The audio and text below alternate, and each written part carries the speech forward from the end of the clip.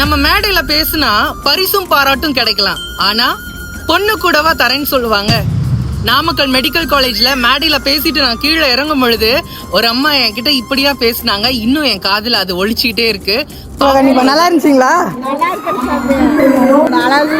பேச்சு கேட்டு நானாவே உனக்கு பொண்ணு வருது. கண்டிப்பா கண்டிப்பா. நன்றிமா, நன்றி நன்றி. கண்டிப்பா கண்டிப்பா. படிச்சு முடிச்சு இப்ப போகுது, தனியாருக்கு போகுது.